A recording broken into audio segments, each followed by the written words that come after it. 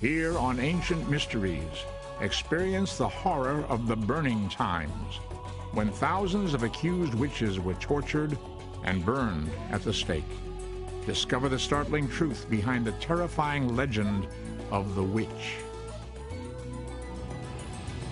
Before we unlock the future, we must find the keys to the past. I'm Leonard Nimoy. Join me and open the door to Ancient Mysteries beginning now.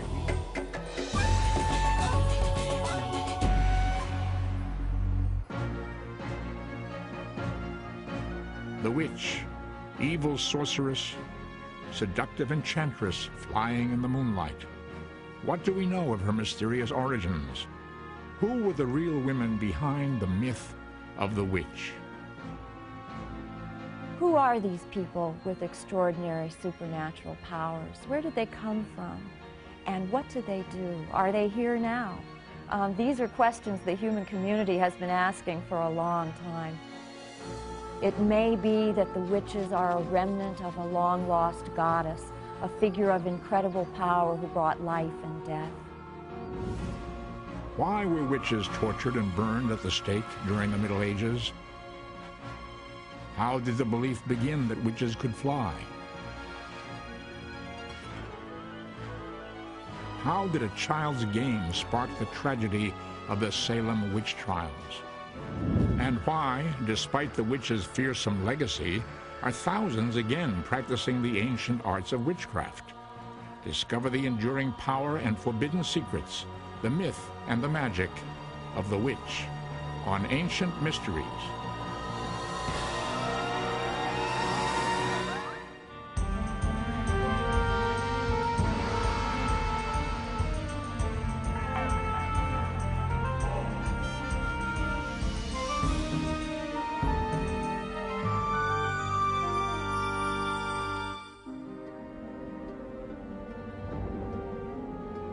The witch, sorceress, enchantress, the devil's consort. A fearsome being of fairy tale and myth, she has haunted the human consciousness for thousands of years. The witch remains a chilling specter that still captures the human imagination and baffles us with her mysteries. For psychologists, the witch definitely represents the dark side of the female presence. She is the shadow. She is the woman out of control. What is a witch? When did the belief in witches originate? Do they exist, or are they merely bizarre creations of the human imagination?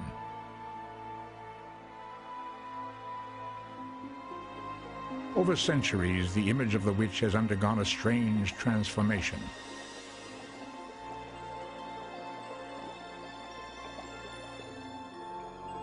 In ancient Scandinavia, Freya, goddess of prophecy, soared through the heavens in a chariot.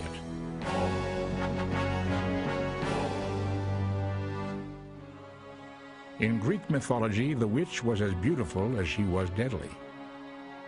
The sorceress Circe enchanted Ulysses' sailors with her magical brew of honey wine. Then, with a touch of her magic wand, she turned each man into a pig. Even earlier, in Hebrew tradition, a woman named Lilith, her long red hair streaming, slipped into unprotected homes, preying on newborns and stealing men's seed.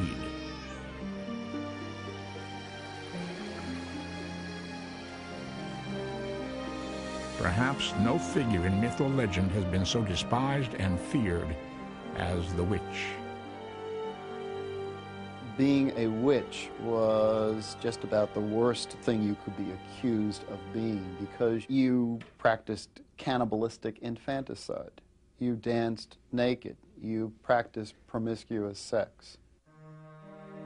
You were part of the nightmare of society. The image of the witch is indelibly imprinted on the modern consciousness. And yet, in their earliest beginnings, magical female beings who possessed supernatural powers were not seen as a source of evil. Surprisingly, some scholars trace the origin of the witch back to ancient deities, who were as benign as they were powerful. Witches have been around as long as the human community has been trying to deal with disease and avert disaster. It may be that they developed from early goddess cults, that these are the women who serve the goddess.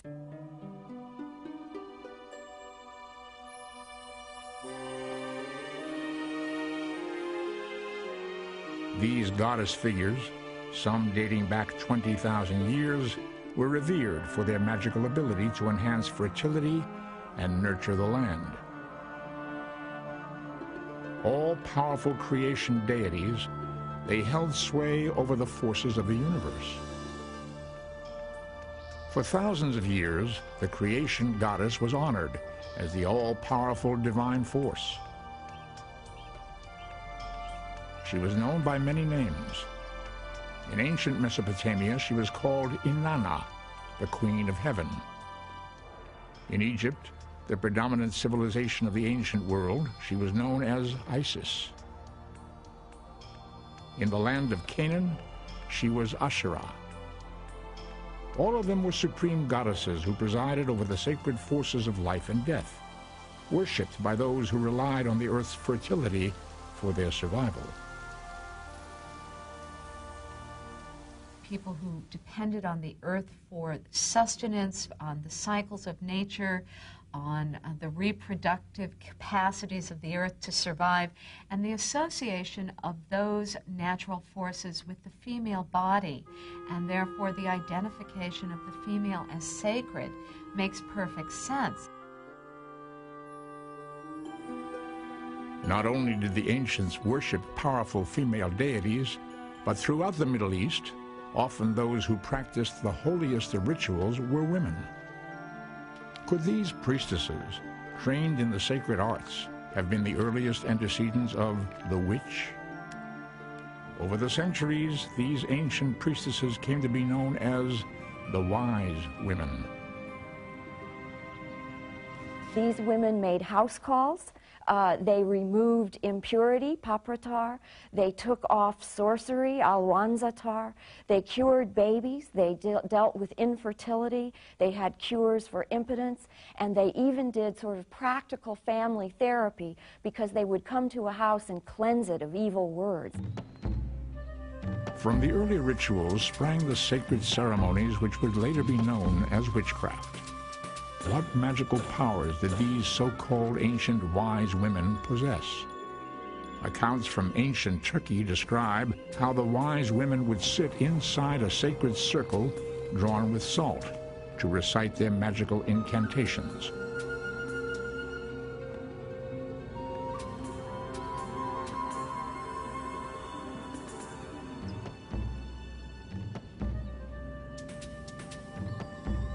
Their ritual objects were simple, but they were believed to possess awesome powers of healing and protection.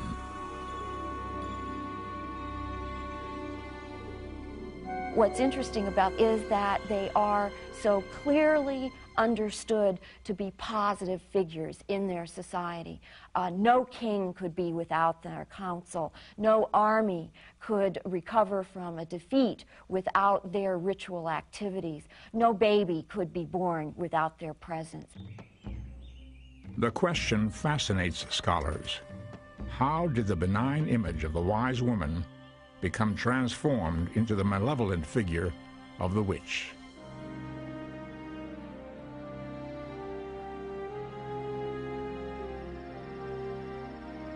Some scholars believe the answer may lie in events which took place 3 millennia before the birth of Christ. In this turbulent time, tribes of nomads known as the Indo-Europeans invaded the Western world from the east. They were a warrior people who brought with them a strong belief in aggressive male gods of war. Over the centuries, the belief in their male sky gods would come to dominate the once mighty female earth deities. One of the things we see in the development of the history of religions is that very often goddesses start out in very prominent roles and are gradually demoted. We actually see their names moving down on the list that the scribes are copying over and over and over again. Some scholars believe that when the Hebrews, worshippers of one God, settled in the land of Canaan around 1300 before the Common Era, they perpetuated this male-dominated vision of their own creation story. Some believe that in the biblical story of creation, Eve is the mortal version of the earlier goddess Asherah. In the Garden of Eden, it is Eve who bears responsibility for the fall of all humanity. And the sacred tree and the snake, once benign symbols of the earlier goddess culture, become something both dangerous and forbidden. Obeying the laws of the Bible, the Hebrews condemned witchcraft as a pagan practice, banning it from the land of Canaan. Let no one be found among you who practices divination or sorcery, interprets omens, engages in witchcraft, or consults the dead. Deuteronomy 19:10. Strangely, despite this prohibition, one of the most mysterious stories in the Bible describes a magical encounter between a biblical king and a witch. This story is set in a period when King Saul is locked in a ferocious battle with the Israelites' formidable enemy, the Philistines. On the eve of the fateful Battle of Gilboa, a troubled King Saul seeks out a forbidden sorceress, hoping that she may call up a spirit who can counsel him from beyond the grave. It's a fascinating story because Saul has already banished all the witches from the land, and yet when push comes to shove, he's showing up at the local wise woman's house to get the true skinny on the upcoming battle. Then Saul said unto his servants, Seek me a woman that hath a familiar spirit, that I may go to her and inquire of her. And his servants said to him, Behold, there is a woman that hath a familiar spirit at Endor. 1 Samuel 28:7. King Saul visits the witch in the village of Endor, on the outskirts of Nazareth. He asks her to summon the prophet Samuel from the dead, so that he may receive Samuel's wisdom before the battle. The witch obeys the king's request. She digs a ritual pit, makes a little sacrifice, and sure enough, she brings up the ghost of Samuel the prophet from the land of the dead. Tragically, the ghost has only ominous news for the troubled king. The specter of Samuel predicts that Saul will die in battle. On the next day, Samuel's terrible prophecy of doom is fulfilled. Why does the Bible, while forbidding witchcraft, contain this enigmatic story of a revered Hebrew king visiting a witch in his time of need? It is an ancient mystery which remains unanswered.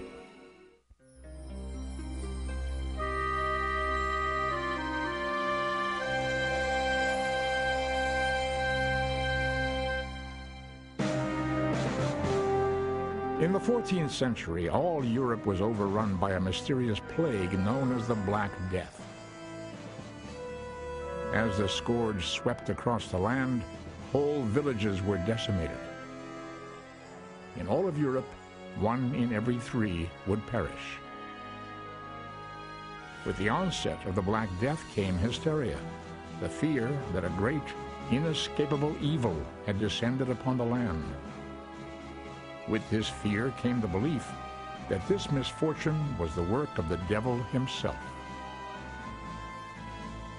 Throughout Europe, the Church established a tribunal known as the Inquisition to root out all religious heretics, feared as the dangerous accomplices of the devil.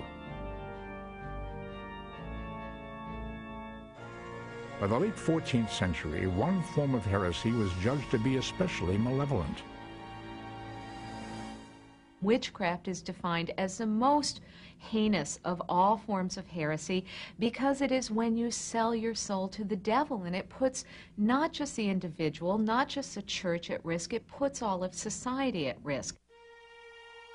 Spawned by the growing panic, the image of the witch became magnified by the popular imagination into a terrifying reality. In the hysteria of the time, many believed that witches possessed the powers of flight. Surprisingly, as early as the 16th century, scholars suspected there might be a medical reason why those who practiced witchcraft believed they could fly.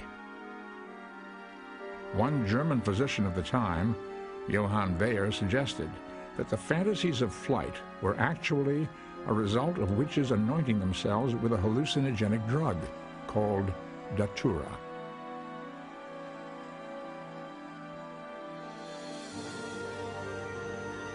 As depicted in this early silent film, it was believed that witches flew to their dreaded nocturnal gatherings known as Sabbaths.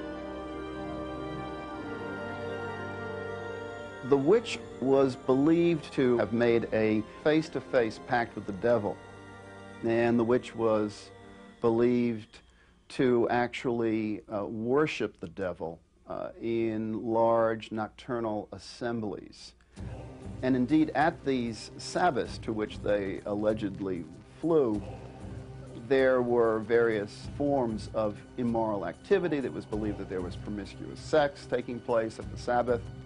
So indeed, you have the image of a secret society that reverses all the moral norms of society. The Sabbath was believed to be a frenzy of naked dancing and gluttonous feasting on the flesh of human infants. It reached its climax with the appearance of Satan, the prince of darkness himself, who would have sexual intercourse with the assembled witches in an unbridled orgy. The imagery of the witches' Sabbath, with its panoply of prohibited sexuality, had a fascinating appeal to the people of that time, especially when we consider that celibacy and control of sexual impulse has always been considered an appropriate expression of Christian behavior. In 1486, a book was written to assist the witch hunters in the grim task of identifying and prosecuting witches. The work was entitled The Malleus Maleficarum, or The Hammer Against Witches. Penned by two Dominican monks in Germany, Jacob Sprenger and Heinrich Kramer, the Malleus expressed a prevailing belief of the time that women were sexually vulnerable beings, easy prey for the devil.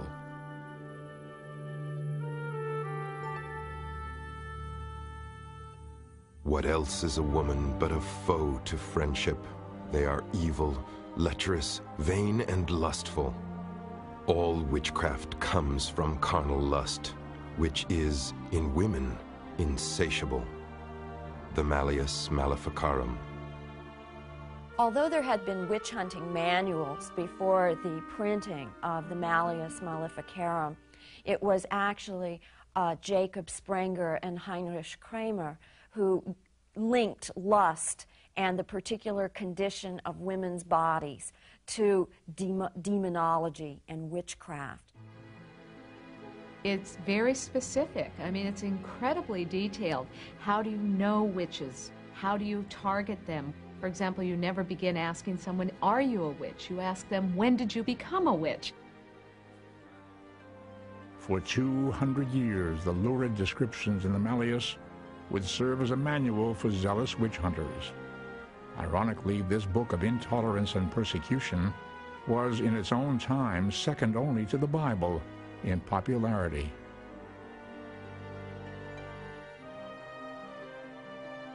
The victims of the persecution that the Malleus helped to inspire were often the people who were doing the most to help their community.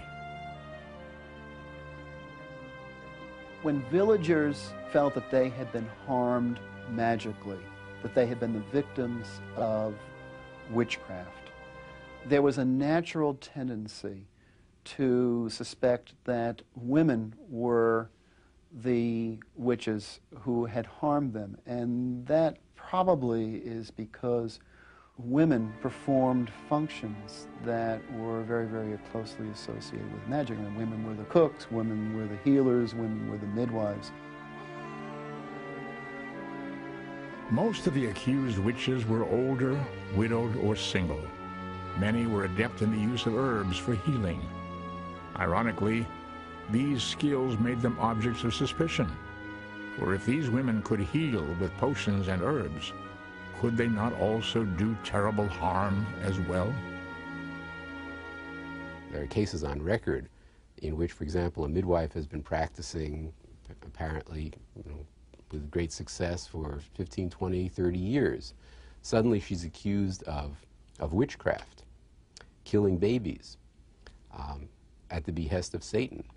And out of the woodwork, there come people whom she has delivered babies with for a generation who suddenly say, in fact, she's guilty.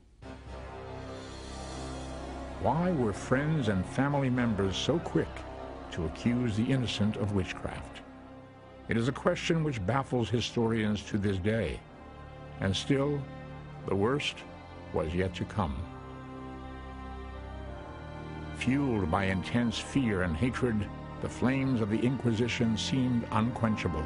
Soon, thousands would be snared in the web of terror and betrayal. Once the accused witches were arrested, the true horror began.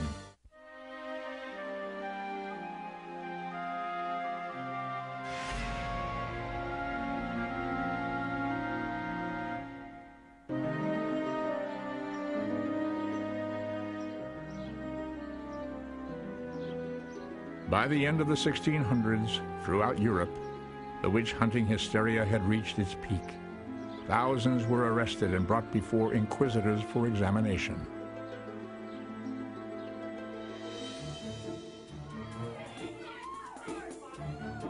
Under the inquisitors' brutal scrutiny, the accused witches were stripped and searched. Then they were prodded mercilessly with long needles to find the mark of the devil. For the inquisitor, any suspicious wart, mole, or birthmark could be enough to condemn someone to death.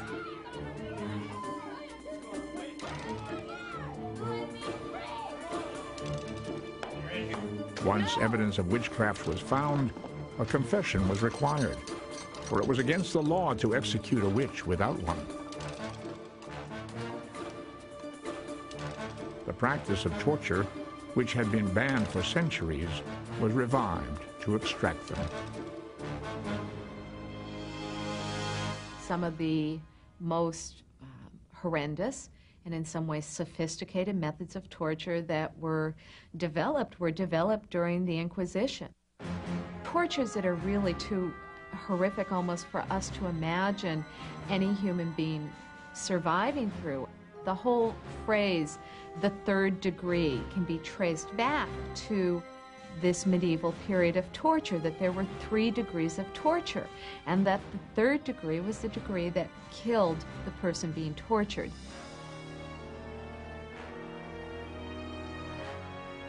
Instruments such as thumb screws, leg screws, head clamps, and the Iron Maiden were all designed to inflict unbearable pain.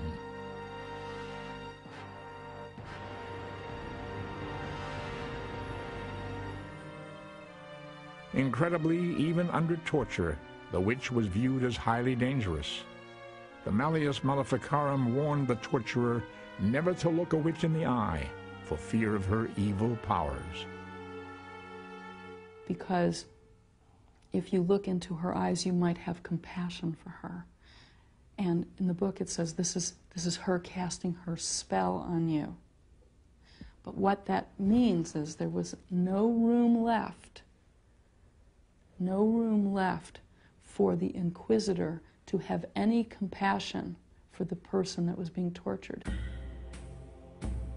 Under torture, most accused witches confessed to the most heinous of crimes.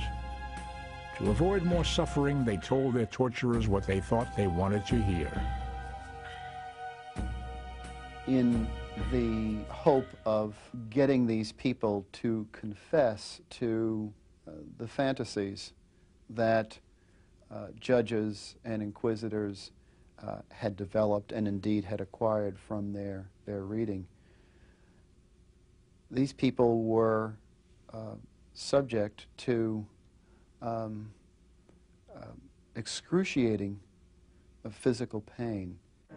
And we do know that if the pain is severe enough, we will confess to almost anything that our inquisitors want us to confess to. To determine guilt or innocence, the English devised a method known as swimming the witch. If the accused floated, she was judged a witch and condemned to death. If she sank and drowned, she was judged innocent. Either way, the suspect was doomed.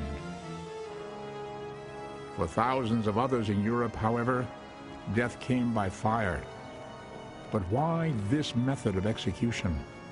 Scholars believe it was thought that only when the witch's body had been reduced to ashes would her evil sorcery truly be destroyed.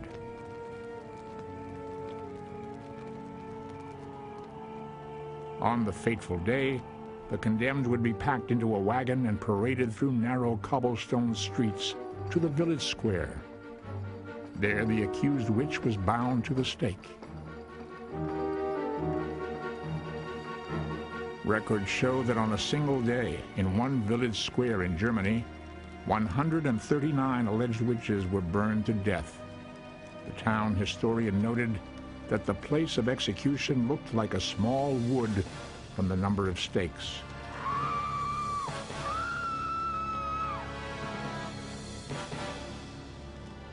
For the 200 years known as the Burning Times, witch hunts erupted like sporadic wildfires across Europe.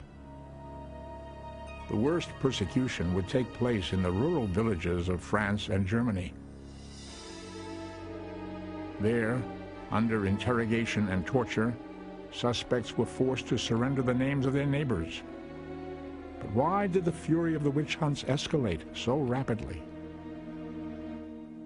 Who did you practice with? Who else is involved in your rituals? You torture someone enough, you will give what is wanted in order to end the torture. And if it means naming someone, then you name someone. But this begins an escalating circle, an ever-widening circle. And eventually you would have dozens, maybe hundreds of people who would be named as a result of one or two women originally being identified as witches. Perhaps no town in the 16th century captured the horror of the Burning Times more shockingly than Würzburg, Germany. There, the overzealous magistrates decided that almost the entire town was possessed by the devil. They condemned 600 people to death. 19 were priests, 41 were children.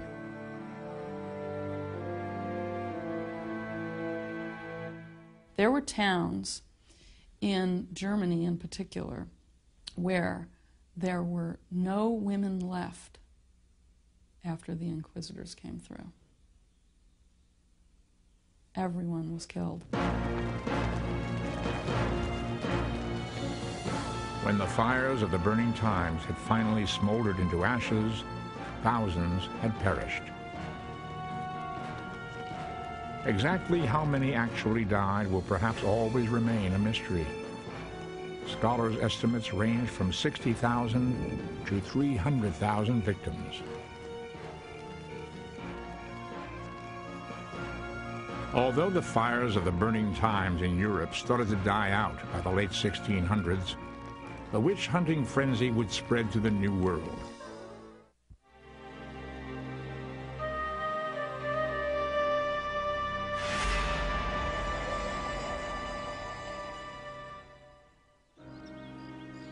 In the strange and terrible history of the witch, perhaps no incident is more startling or more hotly debated than an event which took place in an obscure village in Massachusetts, a phenomenon which still haunts scholars with unanswered questions. During the Salem witch trials of 1692, in a few terror-filled months, nearly 200 people would be condemned as witches. 14 women and 5 men would be hanged on Salem's Gallows Hill. How did the witch hunt of 1692 begin, and why here?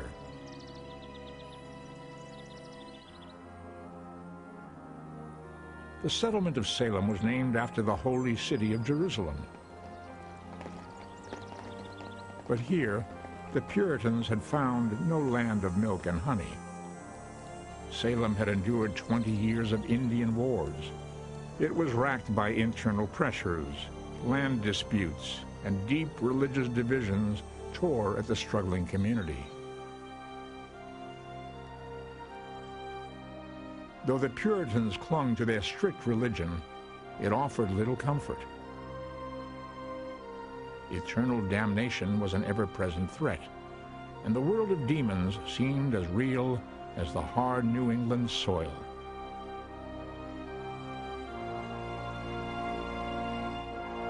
People living in the 17th century tended to believe that most things could be explained supernaturally. If you stumped your toe, or if your cow fell sick, or if your food went rotten before it should have done, there must surely be some kind of supernatural explanation for this.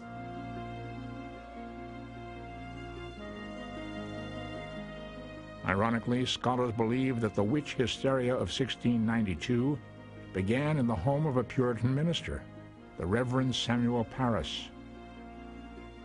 Even more surprisingly, the event which sparked the ensuing terror was a child's game. It started when the Reverend Parris's daughter, Elizabeth, and his niece, Abigail Williams, were playing a game with the household slave, Tituba. They had been using a primitive crystal ball. This consisted of a glass of water with a raw egg broken into it. And then they would gaze into it, ask a question, and hope that images would come out or appear in the water. Well, at one of these experiments, one of the girls believed that instead of seeing the features of a wealthy, attractive future husband, she saw instead a coffin. Besieged by apparitions of death, the girls were soon thrown into convulsions. Within days, 9 other girls in Salem were simultaneously stricken with the same mysterious affliction. Under pressure from the Reverend Parris, the girls revealed the names of 3 witches whom they said had caused their possession. Tituba, the household slave, Sarah Good, a poor beggar woman, and Sarah Osborne, a widow, rumored to have had an illicit affair with one of her servants. All 3 were outsiders in the community, easy targets for suspicion. What motivated the girls to make their astonishing accusations? What was the source of their possession? There are 2 possible explanations of the girls' fits at Salem. One is that they were experiencing some kind of psychological malady, that they were hysterical in one way or another. The other explanation is that they were being deliberately deceptive, that they were practicing some kind of fraud.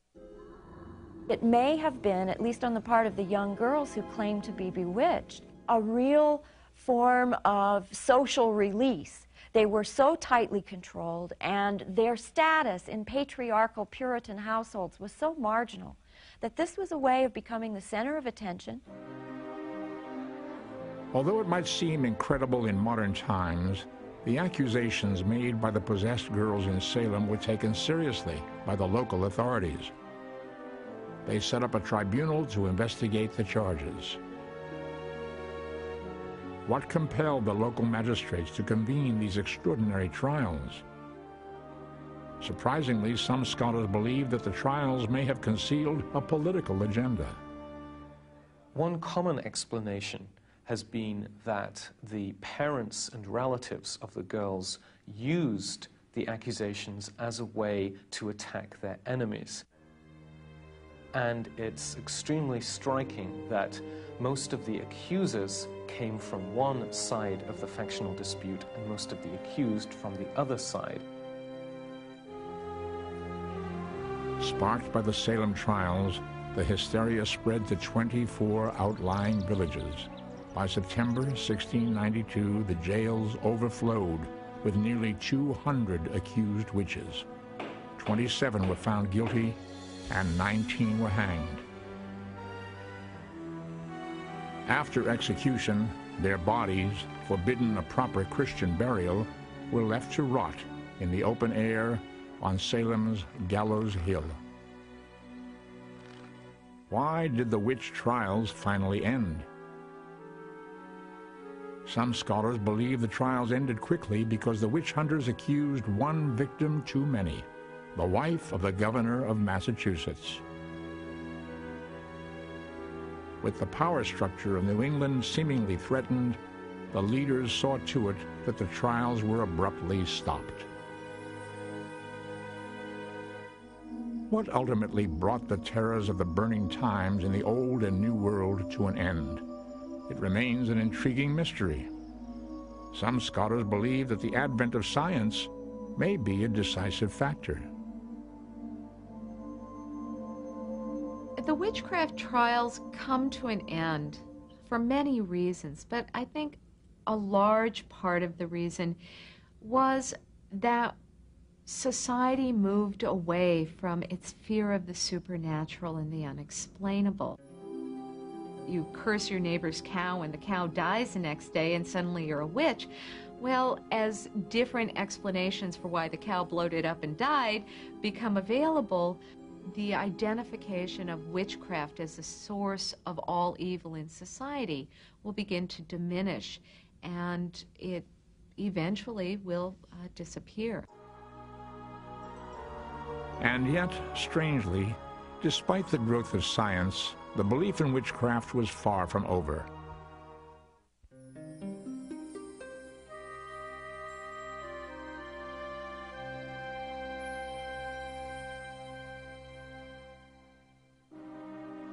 Over hundreds of years, with the rise of science, the fearsome image of the witch gradually faded.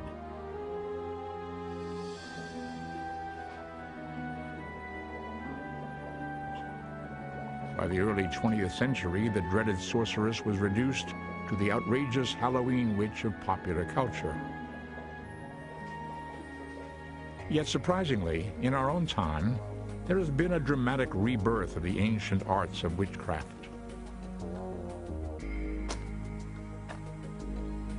An estimated 200,000 men and women in the United States and Europe have dedicated themselves to following the ancient path of the witch. After so many centuries of persecution, why would anyone choose to be called a witch? Through the centuries, there have been so many misconceptions about witches. The green-faced warded hag that wears the conical hat, the night flyer, the sorceress or sorcerer who works as the devil's consort. There are many negative connotations and myths about witches, but I will assure you that all are very untrue. What sparked the modern revival of ancient witchcraft? Scholars have traced its rebirth back to the astonishing work of a young British archaeologist named Margaret Murray. In her controversial book, The Witch Cult in Western Europe, published in 1921, Murray presented a startling theory. She insisted that in European history, witchcraft had not been an obscure cult, but a dominant religious force. She argued that the witches who were prosecuted in the 15th and 16th and 17th centuries were actually the practitioners of a pagan religion, which she claimed was the main popular religion throughout Europe. Murray's romantic vision of a powerful cult of witches was soon discredited by historians. But her popular book sparked a renewed fascination with witchcraft. By the mid-20th century, modern witchcraft had become the spiritual path for thousands of believers. They called their religion Wicca, from an ancient Anglo-Saxon word meaning craft of the wise.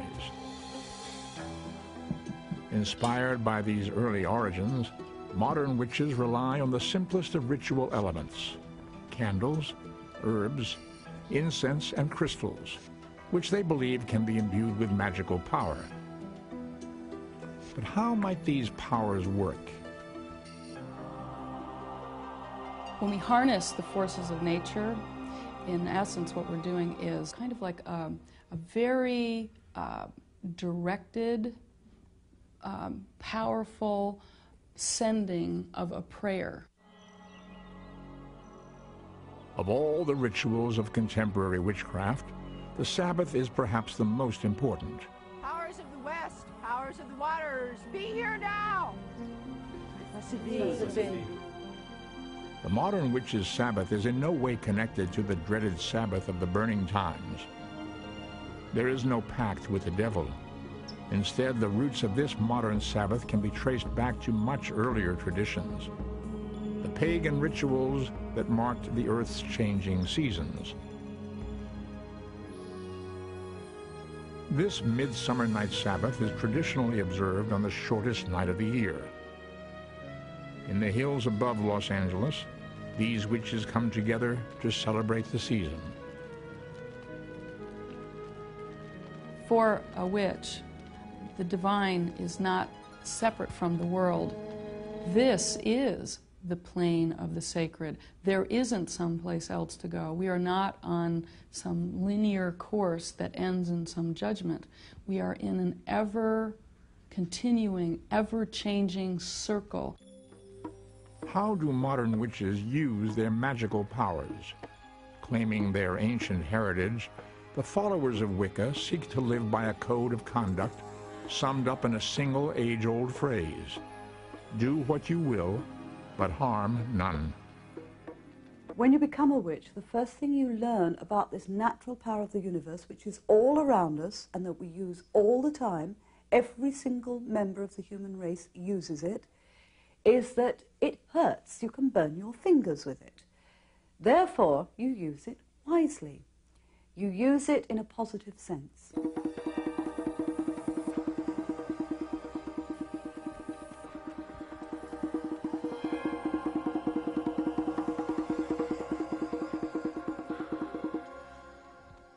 I think modern people, at least for most of this century, probably didn't believe in witchcraft because we now live in a mechanistic world. Matter is dead for us. It is something to be exploited. It is not imbued with magical powers. I think, though, that we're beginning to shift from that old Newtonian universe through Einstein's universe of infinite possibilities into a postmodern world where we powerfully understand the effect of random events and the effect of the observer.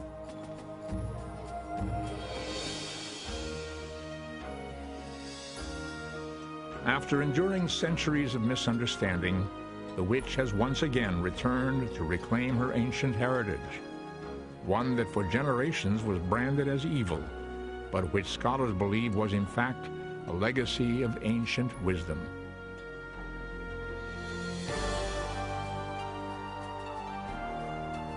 In our own time, Wicca, the spiritual path of the witch, is recognized as an official religion.